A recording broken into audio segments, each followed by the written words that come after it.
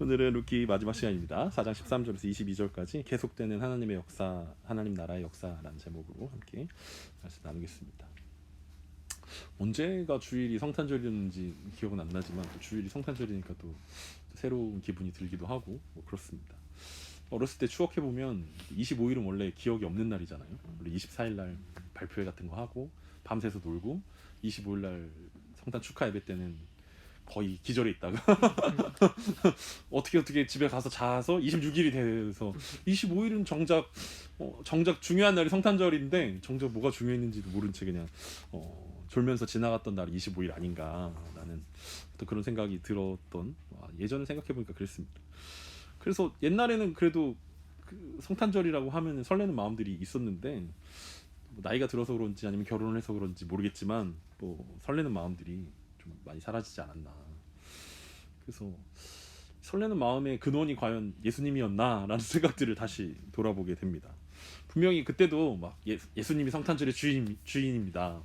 예수님이 최고의 선물입니다. 막 이렇게 외치고 다니긴 했었는데 과연 그 말이 진심이었을까? 내가 고백했던 그게 진짜였을까라는 생각들을 하는데 설렘의 이유가 사실은 예수님이 아닌 다른 경우들이 많지 않았나라는 것들을 생각해 봅니다. 왜냐하면 소위 세상에서 말하는 산타 할아버지가 우리 가운데 오셔서 선물 뭐 받고 싶어라고 이야기한다면 우리가 자신 있게 성탄의 주인이신 예수님, 최고의 선물은 예수님입니다. 저는 예수님을 받겠습니다.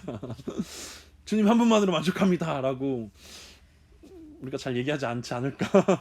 우리는 예수님이면 충분합니다라고 이야기하지만 그 외에도 또 여러 가지 많은 것들을 필요로 하고 그게 또 설렘의 이유들이 되지 않았을까라는 생각들을 합니다.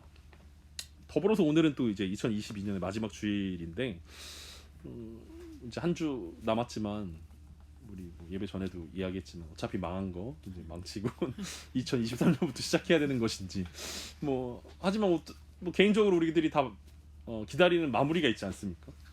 드라마를 보건 영화를 보건 해피엔딩을 기대하는데 우리의 2022년도 해피엔딩이어야 되지 않을까라는 생각들을 하는데 다행히도 오늘 우리가 함께 보고 있는 이 루키는 해피엔딩으로 끝납니다. 오늘 루키 14번째 시간인데 우리가 알고 있는 것처럼 루키가 전체 성경에서 사사기와 사무엘상을 이어주는 이제 다리 역할들을 하고 있는 것들을 우리가 오늘 보게 될 것인데 짧은 책이었지만 오늘 루키를 마무리하면서 성탄절의 의미도 생각해보고 2022년 마지막 주일에 대한 얘기도 생각해보고 또 하나님의 나라의 역사가 어떻게 이어져 가는지도 생각해보고 이 세 가지를 동시에 우리가 다 잡을 수 있었으면 좋겠습니다. 오늘 본문 13절입니다. 이에 보아스가 룻을 맞이하여 아내로 삼고 그에게 들어갔더니 여호와께서 그에게 임신하게 하심으로 그가 아들을 낳은지라. 지난주에 이제 기업 물음의 의무가 보아스보다 앞서 있었던 아무개 씨가 이제 기업 물음의 권리들을 의무들을 포기하고 이제 보아스가 베들레헴 공동체 앞에서 자신의 보아스 공동체 앞에서 나오미의 기업을 내가 물어주겠습니다. 그리고 룻이랑 결혼해서 죽은 엘리멜렉의 가문을 이어주겠습니다라고 서약을 했던 장면이 이제 지난주의 내용이었습니다. 그리고 그 베들레헴 공동체는 보아스와 룻을 축복해 주었는데 축복의 내용이 세 가지였습니다. 여러분 혹시 기억하십니까? 네. 하나는 이제 룻을 향한 축복이었죠. 이스라엘의 집을 세운 라헬과 레아처럼 룻이 되었으면 좋겠습니다라고 축복했고, 두 번째는 보아스를 위한 축복이었는데 보아스가 베들레헴에서 유력해지기를 원했고, 그 다음에 세 번째는 둘 사이에 상속자를 주셔서 유다 지파의 베레스와 같이 되기를 축복하였던 장면이 이제 지난주의 장면이었는데 흔한 축복은 아니었지만 결혼하겠다는데 보아스가 굳이 안 해도 되는데 결혼하겠다라는 어떤 그런 의미로 베들레헴 공동체 앞에서 서약을 했으면 그래도 좀 과하지만 그래도 이 정도 축복은 우리가 받을 수 있지 않을까라고 생각을 하는데 이 내용이 사실 룻의 입장에서 보면 룻은 원래 정체가 뭐였냐면 죽은 자의 아내가 룻의 정체성 아닙니까? 죽은 말론의 아내. 그러니까 평생 룻의 꼬리표는 죽은 말론의 아내, 이게 자신의 정체성이고 룻은 평생 그렇게 살아가야 되는데 이제 룻의 정체성이 바뀐 거죠. 죽은 자의 아내였는데 이제 산 자의 아내가 된 거예요. 보아스의 아내가 되었다라는 거죠. 그리고 특히 보아스는 베들레헴에서 유력한 사람이었다라고 평가받는 유력한 보아스의 아내가 되었다는 내용이기 때문에 사실은 룻 개인적인 입장에서는 굉장히 기쁜 일들이었고 축하받을 일들이었고 특별한 일들이었을 것입니다. 무엇보다도 사람들의 축복과 함께 룻기에서 처음으로 하나님께서 적극적으로 오늘 13절에서 개입하십니다. 여호와께서 그에게 임신하게 하심으로라고 이제 말씀하고 있습니다. 룻기 전체에서 하나님이 등장하는 장면이 없었죠. 늘 하나님은 간접적으로 역사하시고 보이지 않게 역사하시고, 그래서 우연이란 이름으로, 마침이란 이름으로 하나님께서 등장하셨지 하나님께서 직접 뭘 하셨다라는 내용이 없었는데, 오늘 본문에서 룻기에서 유일하게 하나님께서 직접 하셨다라고 이야기합니다. 그에게 임신하게 하셨다라고 이야기하고 있습니다. 정확하게 하나님께서 임신하게 하셨다라고 기록한 이유가 있다는 것입니다. 왜냐하면 우리는 결혼해서 아이를 낳는 게 그냥 뭐 자연스러운 일들이고 대수롭지 않은 일들이라고 생각하지만, 보아스와 룻을 생각해보면 이게 굉장히 특별한 일이라고 이야기할 수 있죠. 베들레헴 사람들이 축복했던 내용들을 곰곰이 살펴보면 보아스는 아내와 자녀가 없었던 상황이지 않았을까라고 추측할 수 있습니다. 왜냐하면 아내랑 자녀가 있는데 이런 그 놀라운 축복들을, 막 룻이 집을 세우고 막 자녀가 유다 지파를 세우고 막 이런 내용들로 축복해주면 원래 있던 아내랑 원래 있던 자녀들이 굉장히 속이 상할 거 아닙니까? 그래서 아마 보아스는 결혼을 안 했던가 아니면 했었어도 뭐 자녀가 없었고 아내가 없지 않았을까라는 생각들을 합니다. 뭐 랍비들의 전설에 의하면 보아스가 룻이 베들레헴에 들어오는 날 보아스의 부인이 죽었다라는 뭐 전설을 가지고 있긴 있는데 뭐 확인되지 않기 때문에 그냥 랍비들이 이야기한 전설이긴 한데, 어쨌든 그렇다면 보아스도 오랫동안 나이 들을 때까지 오랫동안 자녀가 없었다라는 거고, 룻도 우리가 알고 있는 것처럼 말론과 결혼한 10년 동안 자녀가 없었다라는 것이기 때문에 보아스와 룻이 결혼했다고 해서 자녀가 바로 생긴다라는 보장도 없고, 그게 과연 가능할까라는 생각들도 들 수밖에 없다라는 거죠. 그런 상황 가운데서 하나님께서 개입하셨다는 것입니다. 하나님께서 룻과 보아스에게 아들을 주셨다는 것입니다. 성경에서 그가 아들을 낳은지라라는 이 표현이 사실은 자주 나오는 것 같지만 특별한 경우에만 등장합니다. 언제 등장하냐면 아벨이 죽고 난 다음에 셋을 낳았을 때, 그때 그가 아들을 낳은지라라고 표현합니다. 그 다음에 언제 나오냐면 라헬과 레아가 아들을 낳았을 때, 6명의 아들을 낳았는데 라헬은 이제 요셉을 낳았을 때 그가 아들을 낳았느니라라고 이야기하고, 유다가 아들을 낳았을 때랑 그 다음에 모세가 태어났을 때 그가 아들을 낳았다라고 특별하게 표현되어지는 장면입니다.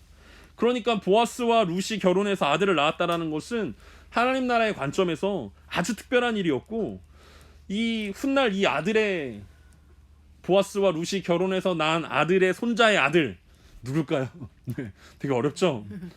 솔로몬입니다. 그러니까 이 아들의 손자가 다윗이고 이 아들의 손자의 아들이 솔로몬인데, 솔로몬이 지은 시편에 보면 이렇게 기록되어 있습니다. 시편 127편 1절에서 3절까지인데 솔로몬이 이렇게 고백합니다. 여호와께서 집을 세우지 아니하시면 세우는 자의 수고가 헛되며, 여호와께서 성을 지키지 아니하시면 파수꾼의 깨어있음이 헛되도다. 너희가 일찍 일어나고 늦게 누우며 수고의 떡을 먹으며 헛되도다. 그러므로 여호와께서 그의 사랑하시는 자에게 잠을 주시는도다. 보라, 자식들은 여호와의 기업이요 태의 열매는 그의 상급이로다. 그러니까 베들레헴 공동체의 축복 가운데 하나가 뭐였냐면, 룻이 이스라엘의 집을 세우게 될 라헬과 레아가처럼 되기 원합니다라고 이야기했는데, 진짜 룻이 그 축복의 말씀처럼 솔로몬이 고백했던 것처럼 하나님이 함께 하시지 않으면 집을 세울 수 없었는데, 룻을 통해서 하나님은 이스라엘의 집을 세워갔다라는 거죠. 하나님이 함께 하셨다는 장면이고, 하나님이 함께 하심으로 아들을 낳게 되었다라는 이야기들을 증손자의 고백으로 우리가 보고 있습니다. 하나님께서 아들을 주신 이후에 이제 베들레헴 여인들이 나오미를 축복해 줍니다. 더 축하해 줍니다. 1장에서 이제 나오미에게 베들레헴 여인들이 찾아오지 않았습니까? 야, 막 네가 나오미냐라고 이야기하면서 10년이 넘도록 돌아오지 않았던 나오미가 돌아왔을 때 막 기쁜 마음으로 돌아왔을 때 나오미가 어떻게 이야기합니까? 하나님이 쳐가지고 자기를 텅 비게 되어서 돌아오게 되었다. 그러니까 더 이상 나를 나오미라고, 기쁨이라고 부르지 마라라고 이야기 듣고 물러갔던 여인들이었는데, 이제는 기쁨이라는 나오미의 이름에 걸맞게 기쁨으로 다시 베들레헴 여인들이 등장하면서 하나님을 찬양합니다. 베들레헴 여인들이 하나님을 찬송한 이유가 나오는데 그게 14절과 15절입니다. 여인들이 나오미에게 이르되 찬송할지로다. 여호와께서 오늘 내게 기업 물을 자가 없게 하지 아니하셨도다. 이 아이의 이름이 이스라엘 중에 유명하게 되기를 원하노라. 이는 내 생명의 회복자이며 내 노년의 봉양자라. 곧 너를 사랑하며 7 아들보다 귀한 내 며느리가 낳은 자로다 하니라. 이 베들레헴 여인들이 이제 나오미를 마음껏 나옴이라고 부를 수 있는 상황이 되었다라는 거죠. 기쁨이라고 부를 수 있는 상황이 되었다는 것입니다. 비어 돌아온 나오미에게 기업 물을 자가 생겼기 때문에 이 베들레헴 여인들은 축복해주고 축하해주면서 하나님을 찬양합시다라고 소리 낼 수 있었습니다.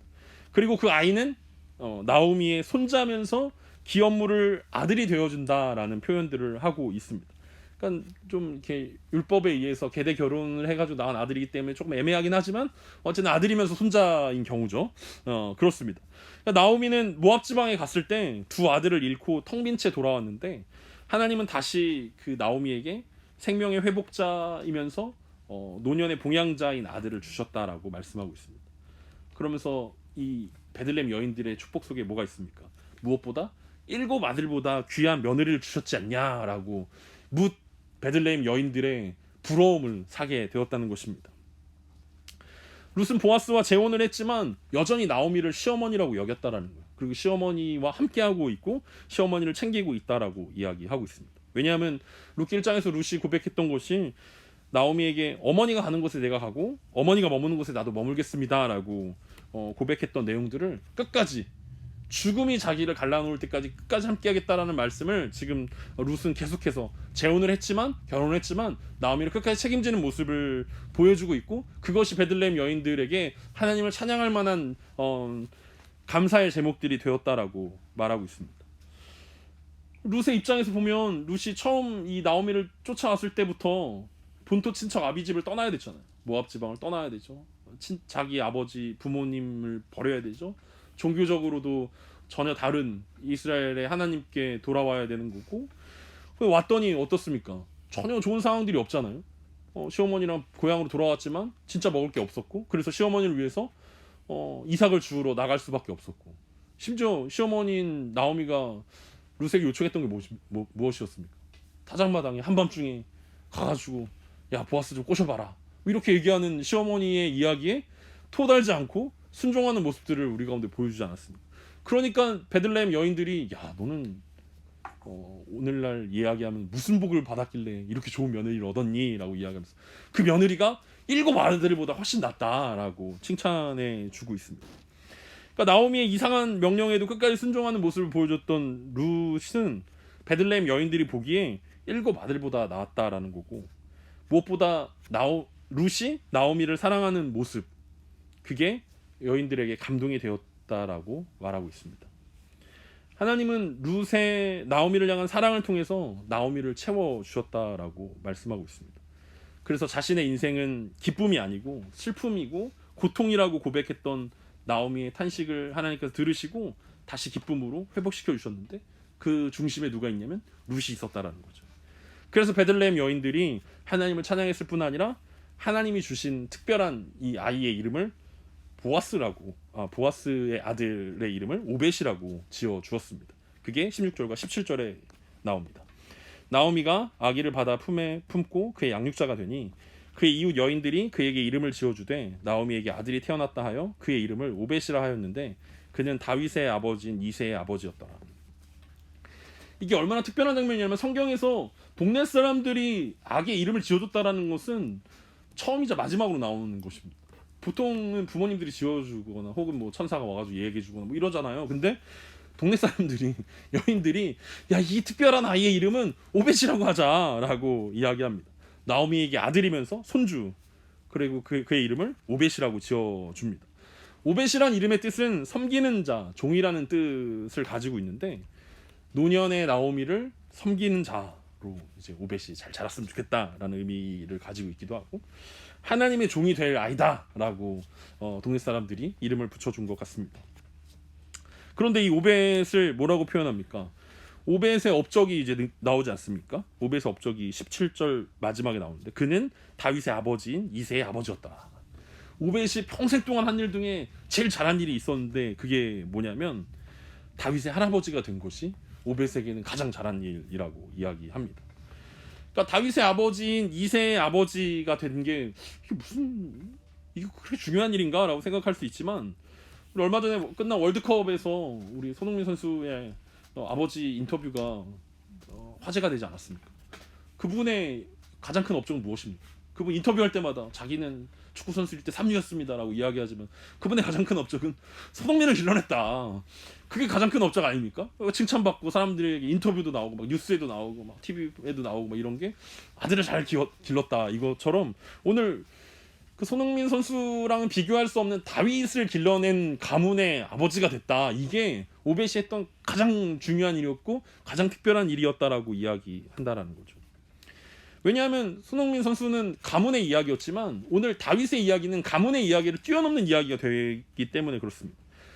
룻과 나오미와 보아스와 뭐 이런 이야기들이 우리가 보기엔 얼핏 보기에는 하나님께서 한 가정을 축복하셔가지고 룻을 이제 죽은 자의 아내에서 산 자의 아내로 바꾸셨구나. 나오미가 이제 이삭을 주어가지고 룻이 맨날 이삭을 주어서 먹고 살게 됐었는데 이제 보아스가 먹여 살리겠구나. 이제 그 아들이 나왔으니까 그 아들이 평생 책임지겠구나. 뭐 이렇게 그냥 좋은 이야기, 훈훈한 이야기, 어떤 드라마 같은 이야기라고 우리는 생각할 수 있지만 사실은 이것은 민족과 인류의 구원에 대한 이야기였다라는 거죠. 이스라엘 민족의 가장 중요한 이야기가 다윗이라는 임금을 통해서 나타났고 사실은 그 다윗이라는 사람이 중요했던 이유는 우리가 오늘 성탄절이면서 우리가 기억해야 될 예수 그리스도의 계보를 잇는 이름이었기 때문에 그렇습니다.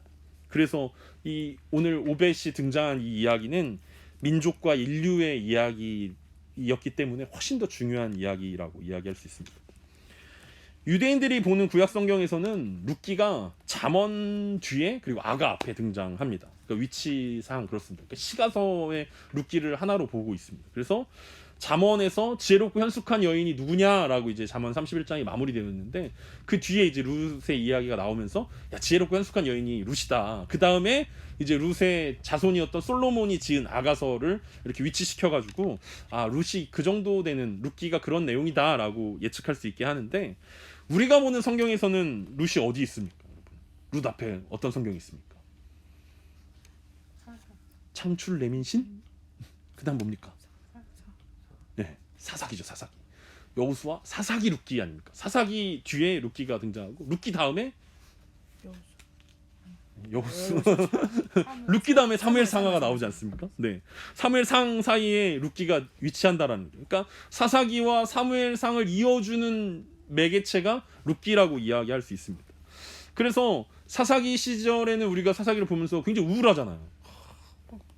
왕이 없어가지고 자기의 소견에 옳은 대로 막 이놈 저놈이 다 나타나가지고 막 이방 민족들이 침입해오고 뺏기고 이스라엘 백성들이 울고 우상 숭배하고 하나님의 심판을 받고 다시 사사들이 나와서 구해주고 막 이런 우울한 내용들이 계속 이어지고 있는데 이제 사무엘 상하에 가면은 다윗이 등장하지 않습니까?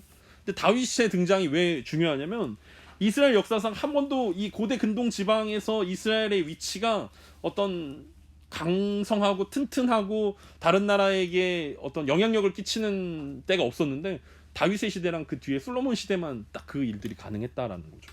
그래서 피폐해져 있는 이스라엘을 구원한 이야기가 이제 사무엘 상하에 등장하는데 거기서 하나님의 마음에 합한 다윗이 등장하고 그 다윗이 하나님의 집을 세워가는 이야기들이 이제 대전환이 일어나는 게 바로 룻기라고 이야기할 수 있고 그 룻기의 중심에 누가 있냐면 바로 오늘 태어난 이 오벳이라는 사람을 통해서 이 대전환의 이야기가 시작된다라고 볼 수 있습니다.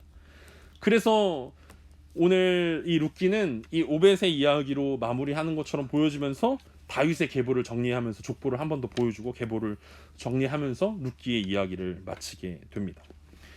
18절과 19절 그리고 22절까지가 이제 다윗의 계보를 정리해서 이렇게 이야기합니다. 베레스의 계보는 이러하니라. 베레스는 헤스론을 낳고 헤스론은 람을 낳았고 람은 암미다답을 낳았고 암미다답은 나손을 낳았고 나손은 살몬을 낳았고 살몬은 보아스를 낳았고 보아스는 오벳을 낳았고 오벳은 이새를 낳았고 이새는 다윗을 낳았더라. 그래서 어떤 학자들은 이 계보의 이야기를 보면서 다윗의 어떤 성군이었던 이스라엘의 성군이었던 다윗의 어떤 혈통과 적통성을 보장하면서 보여주는 이야기가 룻기의 내용이다라고 이야기하는데 사실 성경 전체로 보면 이 룻기에 나오는 이 다윗의 계보가 특별한 의미들을 가지고 있습니다. 우리가 계보는 성경에 자주 등장하지 않습니까? 창세기 5장에 보면은 아담부터 노아까지의 계보가 등장하고 11장에서는 노아의 아들이었던 셈부터 아브람까지가 나옵니다. 룻기에 나오는 이 계보는 베레스부터 다윗까지 이어집니다. 그러니까 하나님의 역사가 아담부터 이어지는 쭉 이어지는 그 사람과 사람들의 계보가 오늘 다윗까지 이어지는 내용들을 우리 가운데 설명해 주고 있습니다. 그리고 이 계보는 종합되어져서 어디에 나옵니까? 우리가 지난번에 살펴봤던 것처럼 마태복음 1장에 가면 아브라함과 다윗의 자손 예수 그리스도의 세계라라고 이야기하면서 1장에서 이 족보 그대로 실리고 심지어 룻까지 그 이름이 등장하고 있습니다. 아담부터 다윗을 거쳐서 예수 그리스도로 이어지는 계보를 성경이 우리 가운데 언급하고 있습니다. 그러니까 하나님의 이 구원 계획이 이러한 사람들을 통해서 특별히 이 한 사람 한 사람들의 충성과 사랑과 은혜, 그리고 룻기에서 계속 강조하고 있는 인애라고 부르는 헤세드를 통해서 하나님의 구원의 역사들이 계속해서 이어지고 있다라는 거죠. 그래서 하나님 나라의 역사는 하나님께서 이어가시지만 그 안에서 하나님의 사람들의 작은 헤세드가 있었기 때문에 이런 일들이 가능했다라고 우리 가운데 보여주고 있습니다. 오늘 만약에 보아스가 기업을 무르지 않았다면 하나님의 나라의 역사는 끊어질 뻔했지 않습니까? 룻이 어머니인 나오미와 함께하지 않았다면 이 하나님의 나라의 역사가 끊어질 뻔했다라는 거죠. 그런데 룻이 어머니 나오미를 향한 사랑으로 이 하나님의 구원의 계획들이 이어지고 있고, 다시 보아스가 룻을 향한 사랑으로 그 끈을 이어주고 있다는 것입니다. 그래서 보아스와 룻 사이의 아들은 이 오벳이라는 이 사람은 누구의 아들이 되냐라고 했을 때 율법대로 하면은 엘리멜렉의 후손으로 실려야 되는데 하나님께서는 보아스의 아들로 인정해 주시면서 보아스가 계보에 등장하고 있습니다. 그러니까 보아스가 기업 물음의 역할을 충실히 감당했기 때문에 하나님이 그 충실히 감당한 것들을 충분히 갚아주셨다라고 이해할 수 있습니다. 그러니까 율법대로 법대로 하면은 엘리멜렉의 자손이고 말론의 아들이 되어야 하는 게 맞는데 하나님은 죽은 자들을 위한 이 법이 아니라 살아있는 자들을 향한 것이 율법의 정신이다라고 말씀하면서 이게 하나님 나라의 역사를 위해서 보아스를 하나님께서 사용하셨고 보아스를 축복하셨다라고 우리 가운데 말씀하고 있는 것입니다. 여기까지가 우리가 14번에 걸쳐서 봤던 룻기의 내용입니다. 그러니까 오늘 마지막 이 부분은 1장부터 4장까지 내용들이 왜 있었어야 하는지를 하나씩 정리하는 내용들이죠. 소위 말하는 떡밥들을 정리해 주는 시간들이었습니다. 나오미의 고백, 어떤 룻의 고백, 그리고 보아스의 기업 물음, 이것들이 과연 하나님 나라에서 어떤 의미들이었는가를 설명하면서 마지막 다윗의 계보로 마무리하면서 그 다윗의 계보로 오신 예수 그리스도의 이야기들을 우리 가운데 전달하고 있습니다. 오늘 룻기를 마무리하면서 우리는 어떻게 예수 그리스도까지 이 계보가 이어져 왔는지를 살펴보았습니다. 그리고 룻과 보아스를 통해서 예수 그리스도가 이 땅에 우리를 구원하시기 위해서 오신 날을 기념하면서 축하하는 성탄절이 바로 오늘입니다. 늘 마태복음 1장을 읽으면서 도대체 이 계보가 뭐야, 이 사람들은 뭐야 라고 이야기했는데 이 사람들이 다 하나님 나라의 구원의 역사들을 이어가고 있었던, 이어갔던 하나님의 은혜들을 계속해서 실천하면서 작은 자신들의 삶 가운데 순종했던 모습들이 이어져서 우리 가운데 이어지고 있다는 것을 보여주고 있다는 것입니다. 그래서 우리가 주목해야 되는 것은 하나님 나라의 역사가 이 예수 그리스도의 계보로 끝난 것이냐라고 할 때 그렇지 않다라는 사실들을 우리가 주목해야 합니다. 예수님까지 이어진 이 하나님 나라의 계보는 물론 육신의 족보상으로는 예수님에 의해서 마무리가 됐지만 이제 영적인 계보로 이어집니다. 그게 어디 나옵니까? 그게 이제 사도행전에서 나옵니다. 그래서 우리가 다음 주부터 우리가 뭘 볼 것입니까? 사도행전을 보게 될 것입니다. 예수님까지 이어졌던 이 하나님의 계보가 사도행전에서 예수님의 제자를 통해서 이어져 가고 있다는 것을 우리는 확인해 볼 것입니다. 그리고 하나님께서 육신의 몸으로 이 땅 가운데 오신 놀라운 사건이 성탄이지만 우리와 영원히 함께 하시겠다라고 약속하셨던 그 예수님의 그 약속이 성령님을 통해서 예수님의 제자들의 영적인 계보로 이어져 가고 있다는 것을 우리는 확인해 볼 것입니다. 그리고 그들은 세상에 살지만 세상이 감당하지 못하는 사람들이었고 그들의 이야기도 사도행전으로 끝나는 것이 아니라 그 이후의 제자들의 이야기, 그리고 이제 제자된 우리의 이야기로 이어지고 있다는 것을 우리는 확인해 봐야 할 것입니다. 그래서 다음 주부터 우리가 사도행전을 보게 될 것인데 결국은 우리가 사도행전을 보면서 늘 뭐 그런 이야기 하지 않습니까? 사도행전은 끝나지 않았습니다. 29장을 우리가 써야 됩니다라고 이야기하는데 뭐 거기까지 우리가 뭐 2년이 걸릴지 3년이 걸릴지 저도 확실하진 않은데 중요한 것은 계속되는 하나님 나라 역사 가운데 우리도 한 켠이나마나 작게나마 이름을 올려야 되지 않을까라는 생각들을 하게 된다는 거죠. 이름을 올려야 됩니다. 생명책에 이름을 올리셔야 됩니다. 이러면 약간 이단 같은데 그런 이야기가 아니라 영적인 계보의 이름을 우리가 적어야 되지 않을까라는 생각들을 한다는 거죠.